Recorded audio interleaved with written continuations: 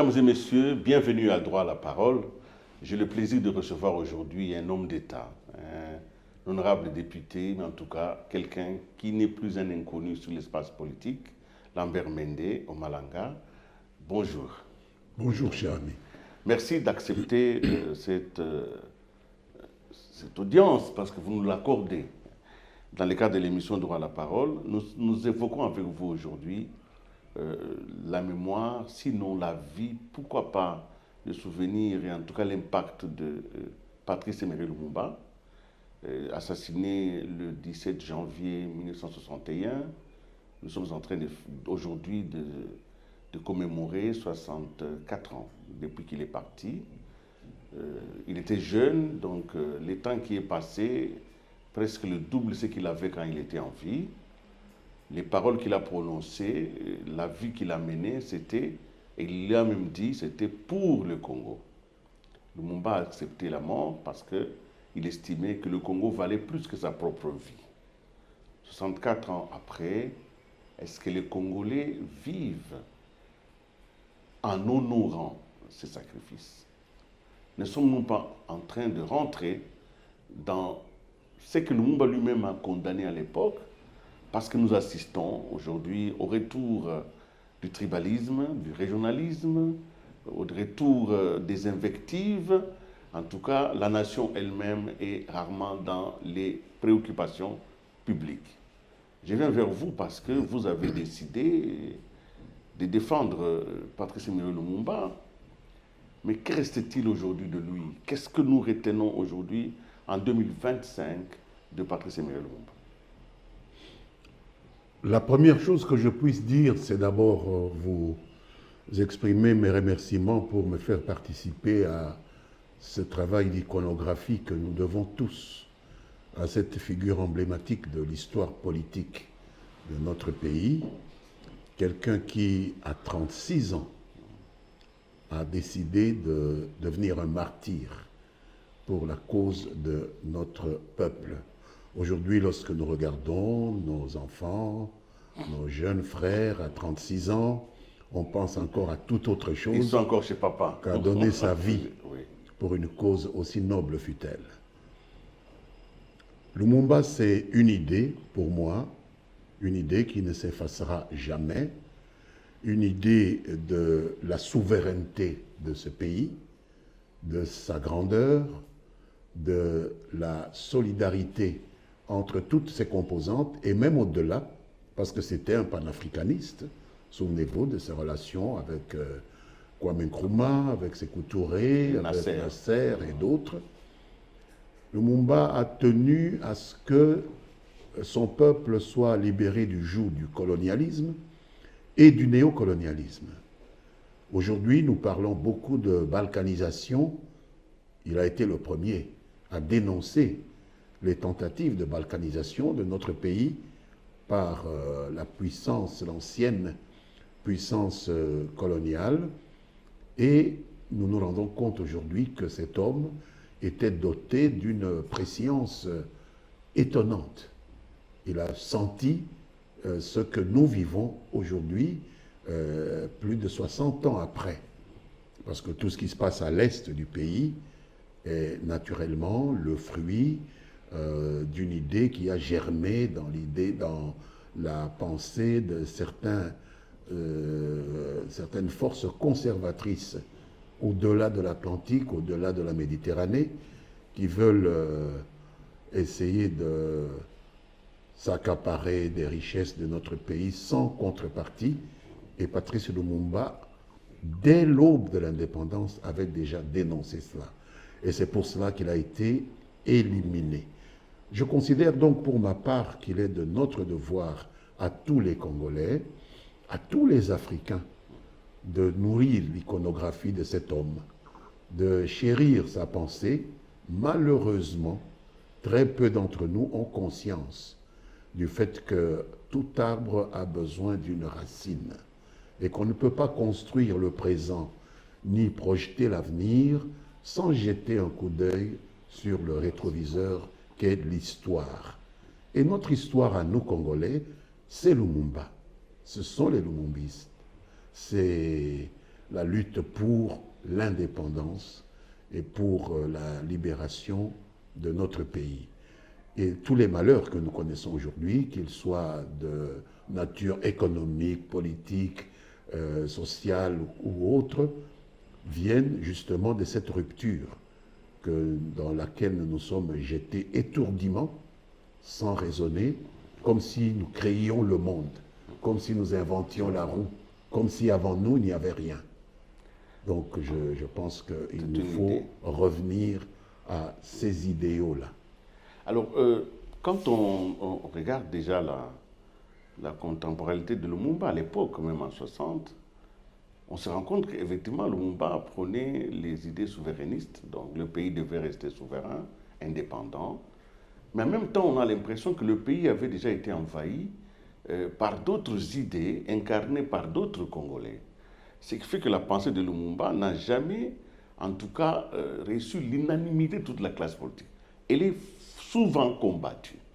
Quelles sont les autres forces dans ce pays, peut-être qui s'est trouvées légitimes et qui ont continué à combattre la pensée de Lumumba?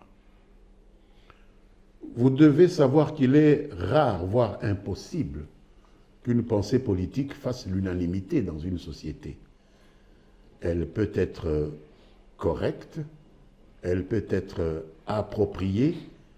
Il y a toujours un tireur au flanc à côté qui estime qu'il a autre chose à faire que ce qui va dans l'intérêt de tout le monde. Qui sont ces tireurs au flanc? Nous les avons vus à l'œuvre, déjà du temps de Patrice Lumumba. Nous les avons vus collaborer avec les forces conservatrices, néocolonialistes, pour neutraliser politiquement Patrice Lumumba avant d'envisager son élimination physique sur ordre de ces forces conservatrices néocolonialistes. Ces forces, elles se trouvaient même dans son gouvernement, parce que Patrice Lumumba avait compris qu'un pays comme celui-ci, qui est un pays composite avec plus de 300 ethnies, ne pouvait pas être dirigé d'une manière excessivement autoritaire. Et il a ouvert son gouvernement. Le gouvernement de Lumumba était un gouvernement d'union. La seule chose dont je me félicite, c'est que la plupart de ceux qui ont eu à diriger ce pays, après Lumumba, à l'exclusion bien sûr du maréchal Mobutu, qui a été une sorte d'instrument entre les mains des néocolonialistes, tous ont géré ce pays dans le cadre des gouvernements d'union. Qu'il s'agisse de Mzee Kabila, de Joseph Kabila, de Félix Tshisekedi, tout le monde a compris la nécessité de rassembler. Et Lumumba rassemblait. Dans le gouvernement de Lumumba, il y avait des cadres du Parti national du progrès, le PNP. Je vous citerai Derrick Koyar ou d'autres. Oui, C'était des gens qui étaient opposés à lui, mais qu'il a fait entrer dans son gouvernement parce qu'il souhaitait l'union nationale. Il voulait se mettre ensemble avec des gens qui pensaient comme lui, bien sûr en grand nombre, mais aussi des gens qui ne pensaient pas comme lui et qu'il voulait associer à l'œuvre d'édification d'une nation nouvelle qui dépassait le cadre de son propre parti, qui dépassait sa propre personne. C'est ainsi qu'il les a fait venir dans le premier gouvernement qu'il a créé dans ce pays. Et lorsque j'entends aujourd'hui des gens parler de transhumance politique un peu dans le style de la moquerie, je me demande s'ils comprennent de quoi il s'agit. Dans un pays comme celui-ci, sans union nationale, qu'est-ce que vous pensez pouvoir faire? Rien du tout. Mais les néocolonialistes étaient à l'affût.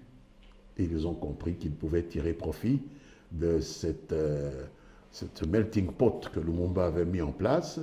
Ils ont essayé de corrompre certains acteurs de ce mélange qu'il a voulu mettre en place, les Mobutu avec son groupe de Binza et d'autres, et c'est par eux qu'est venue la destruction. Et je ne pense pas qu'en 3 mois, Lumumba ait pris le pouvoir le 30 juin 1960. Il a été neutralisé au mois de septembre 1960, puis il va être assassiné quelques mois plus tard, le 17 janvier 1961. En 3 mois, excusez du peu, je ne vois pas exactement ce que cet homme, fût-il un démiurge, aurait pu faire pour cristalliser une pensée politique utile, fonctionnelle dans le tissu sociopolitique de la République. C'est déjà beaucoup ce qu'il a fait en 3 mois, et que ça puisse perdurer jusqu'à nos générations, puisque moi je suis d'une génération après Lumumba, c'est déjà une idée, ça donne déjà une idée de la force d'imprégnation de la pensée qui a été la sienne. En 3 mois, il a fait des miracles. Aujourd'hui, 60 ans plus tard, nous sommes en 2025, donc 64 ans après la mort de Lumumba, la classe politique semble de plus en plus s'éloigner de ces principes sacro-saints que vous venez de décrire, c'est-à-dire d'abord de l'unité, ensuite de la consolidation de l'indépendance nationale. Quels sont les facteurs de ces reculs? Pourquoi la classe politique, censée avoir été impressionnée par l'exemple de Lumumba, qui est d'ailleurs mondialement aujourd'hui célébré, comment la classe politique congolaise fait exactement le contraire, comme si elle reniait la mémoire de Lumumba? Je ne pense pas qu'il s'agisse d'un reniement. J'attribue cela plutôt à l'ignorance. C'est des gens qui ignorent ce qu'ils sont, des gens qui ignorent ce qu'est leur pays et ses intérêts, ce qu'ils représentent, et des gens qui ignorent leur histoire, qui ne font pas l'effort d'une revisitation de leur propre passé. Parce que Lumumba, c'est une idée, je l'ai dit. Lumumba, c'est une théorie, c'est un ensemble de principes. Lumumba, c'est une doctrine en même temps. Mais ils ignorent cela parce qu'ils sont intellectuellement paresseux. Hein? Je parlais avec un chef d'État africain il n'y a pas longtemps, il me disait « Some people are ideologically backward », idéologiquement attardés. Il y a trop d'attardés idéologiques dans la scène politique congolaise. Et lorsque vous êtes idéologiquement attardé, que vous ne faites pas l'effort d'avancer idéologiquement, vous pouvez perdre de vue l'essentiel et vous vous abîmer dans ce qui n'est pas du tout essentiel. Et c'est là où nous en sommes aujourd'hui. Conséquence, le pays est agressé, le peuple est certainement touché par cette agression, mais la mobilisation par rapport à ce combat est faible. Parce que les acteurs politiques ne sont pas là dans la mobilisation. Nous suivons, les institutions se battent, mais les partis politiques, qu'est-ce qu'ils font pour mobiliser les peuples dans ce combat de souveraineté? Vous êtes un chef de parti. Moi, je suis d'un parti lumumbiste. Je n'ai jamais renié ce que je suis. J'aurais bien voulu que tous les leaders politiques congolais puissent s'imprégner des enseignements que nous avons reçus de ce grand homme. Quelle que soit la dénomination qu'ils veulent donner ou la couleur qu'ils veulent donner à leur engagement politique. On ne peut pas être Congo, on ne peut pas être Congolais, leader politique congolais, et méconnaître ou ignorer les enseignements de Patrice Emery Lumumba. Il faut revenir à ces fondamentaux, que nous sommes un pays qui est scandaleusement doté par la nature et que subséquemment nous faisons l'objet de beaucoup de convoitises à partir de l'extérieur et que si tant est que nous voulons défendre ce qui est à nous, nous devons cultiver cette conscience de bâtir autour de nous des citadelles contre ces convoitises.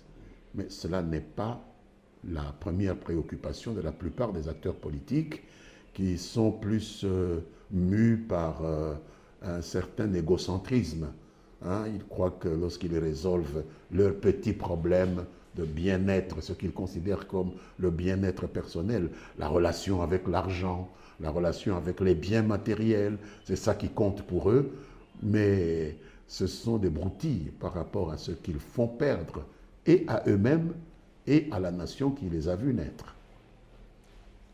Si Lumumba était Premier ministre aujourd'hui ou Président de la République face à ce qui se passe à l'Est, qu'est-ce que Lumumba nous dira?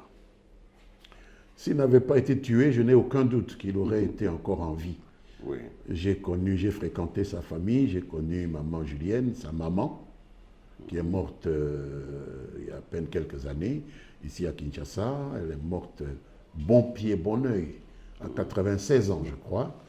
Et souvent, j'allais voir cette maman chez son fils cadet, Papa Louis Lumumba, à Francobel, et elle me racontait son fils. Et je crois qu'il avait même le chromosome de sa mère, donc il aurait pu vivre 100 ans. Très vieux. Et je pense que le panafricanisme, ça lui parlait. Il estimait que le Congo devait avoir un rôle de locomotive de l'Afrique. Mais aujourd'hui, le Congo est à la traîne. Le Congo n'est même pas une voiture dont une locomotive pourrait être fière de tirer dans son attelage. Je suis sûr qu'il aurait fait du Congo la puissance la plus déterminante du continent africain. Mais tout cela, ce sont des projections que nous ne pouvons faire aujourd'hui parce qu'on nous a empêchés de le faire, parce qu'il y avait un intérêt certain. Parce qu'il a enseigné, parce que vous connaissez sa doctrine, quel type d'enseignement il aurait donné aux Congolais aujourd'hui face à cette guerre d'agression? L'enseignement lumumbiste nous demanderait quoi? La résistance, la résilience et le développement de nos capacités défensives relativement à ces convoitises qui s'expriment de diverses manières. Tantôt les forces néocolonialistes viennent directement, tantôt ils passent par des frères africains, on le voit avec le Rwanda aujourd'hui. Avec Kagame. Ils passent par des frères africains qui n'ont aucun intérêt à le faire, mais qui le font parce qu'ils espèrent en tirer quelques dividendes. Et je suis sûr que ces dividendes-là, ils n'en profiteront pas longtemps. Ils ne les emmèneront pas au paradis. Ils vont les lâcher comme des Kleenex usagés, très bientôt. Et donc, je pense qu'il faut cultiver cette résilience par rapport aux convoitises que suscitent les richesses, les potentialités dont la nature nous a pourvus, et faire en sorte que l'Afrique sente que nous sommes une solution non seulement pour nous-mêmes, mais aussi pour l'ensemble du continent. C'est à cela que nous pouvons redonner confiance à tous ceux qui sont avec nous pour qu'ensemble nous puissions défendre ce bien précieux pour nous-mêmes et pour l'Afrique qu'est la République démocratique du Congo. Quand on est à un poste aussi élevé, par exemple la présidence de la République, quand on comprend tous les dossiers du pays, alors on comprend Lumumba.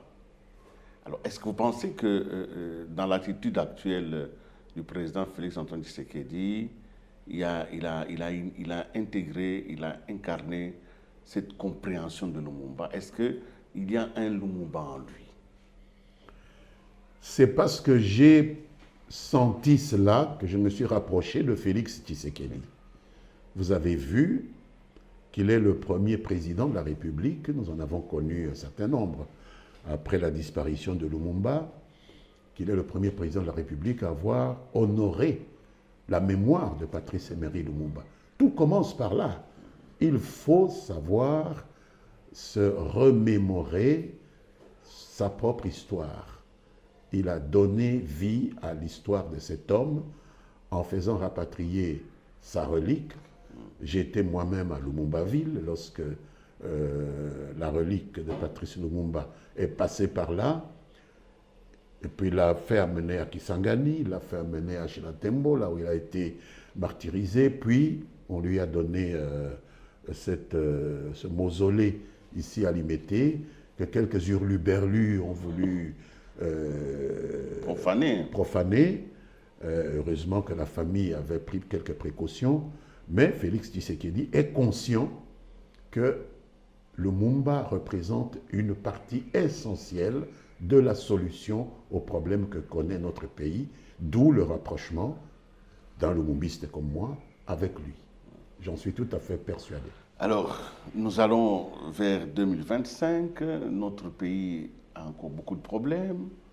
Nous voyons le retour du tribalisme. Je ne sais pas comment vous l'appréhendez. Comment couper court à ce retour indigne de Lumumba, de cette pratique qui est d'ailleurs alimentée beaucoup plus par des hommes politiques. Chacun maintenant aujourd'hui a une milice tribale, chacun est un petit roi et instrumentalise ainsi la crise congolaise. Comment on coupe court à tout ça? À mon avis, je pense que c'est par la loi que nous allons nous donner, les textes de loi que nous allons nous donner, les normes que nous allons édicter pour régir le fonctionnement de nos institutions, que nous pouvons combattre ces éléments-là. La nature humaine est faite de telle façon qu'elle ne peut agir ou réagir qu'en prévision de mécanismes de rétribution ou de sanctions négatives ou positives de certains comportements. Nous devons nous doter de lois qui criminalisent le tribalisme. Et nous devons, dans la pratique institutionnelle quotidienne, sanctionner effectivement tous les comportements de tribalisme qui seraient un danger pour l'unité nationale. Et vous voyez que ceux qui nous agressent grignotent toujours sur le tribalisme.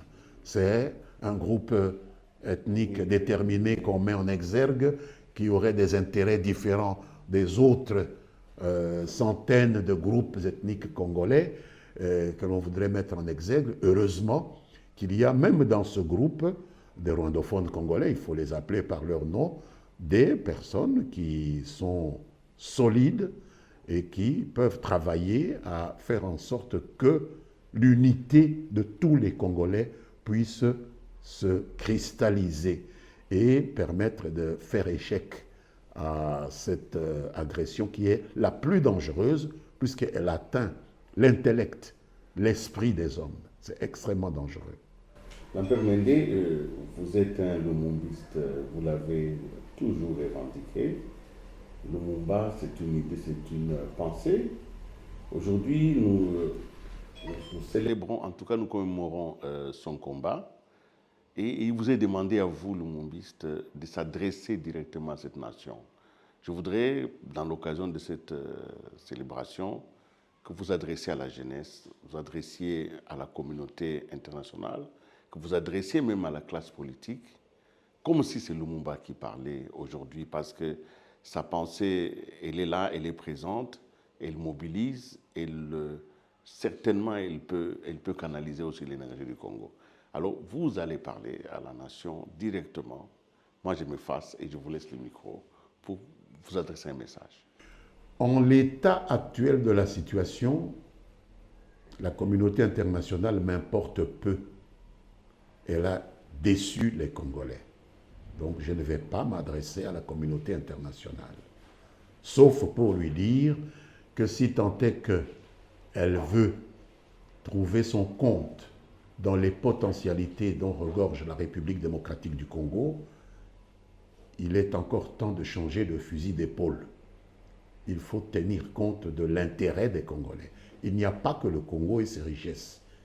Il y a d'abord les Congolais qui en sont les propriétaires. Il faut respecter cela. Aux Congolais, je dirais que c'est 60 ans c'en est assez d'inconscience, d'insouciance, de négligence par rapport à notre propre devenir et à notre avenir. Pensons à ce que nous sommes, pensons au pays que nous voulons laisser aux générations postérieures et faisons en sorte de construire un véritable État au cœur de l'Afrique. Pensons à l'Afrique aussi. Les Africains ont besoin du Congo, comme le Congo a besoin de l'Afrique. il est important que, dans un sursaut nationaliste, dans un sursaut tout à fait humaniste, nous puissions redonner à ce pays la chance de jouer le rôle de locomotive de l'Afrique, une Afrique fière, une Afrique forte et une Afrique consciente de son humanité. Nous ne sommes pas un sous-produit, nous ne sommes pas la lie de l'humanité. Nous sommes une partie intégrante de cette humanité et nous devons en prendre conscience et être fiers de cela au lieu de nous limiter à nous battre comme des fourmis qui cherchent chacun un petit morceau à grignoter ici et là, alors que nous sommes assis sur un véritable trésor qu'est la République démocratique du Congo. Merci beaucoup, Lambert Mende Omalanga, président de votre parti, un parti Lumumbiste d'essence patriotique et souverainiste. Merci d'avoir partagé ce moment avec nos téléspectateurs. Nous ne pouvons que vous souhaiter de continuer et surtout de ne pas vous fatiguer à sensibiliser l'opinion sur ce qu'a été et ce que sera ce pays de Lumumba, parce que le Congo, dans le monde entier, quand on le définit, on dit le Congo de Lumumba. C'est par cela que on le reconnaît. Alors soyons dignes de celui qui a donné son nom à notre pays, parce qu'il a donné son sang pour que le pays aille de l'avant. Mesdames et messieurs, c'est par ici que Droit à la parole se termine aujourd'hui. Vous avez compris, nous sommes restés focalisés sur cette date du 17 janvier, qui a été une date tragique parce que l'un des meilleurs Congolais avait été fauché à fleur d'âge alors qu'il était en fonction Premier ministre du premier gouvernement. Nous vous remercions, nous vous souhaitons de passer des bons moments, mais surtout de ne pas oublier le message que Lambert Mende vient de lancer à la nation. Cessons d'être insouciants, soyons conscients de notre être et de notre destin. Au revoir.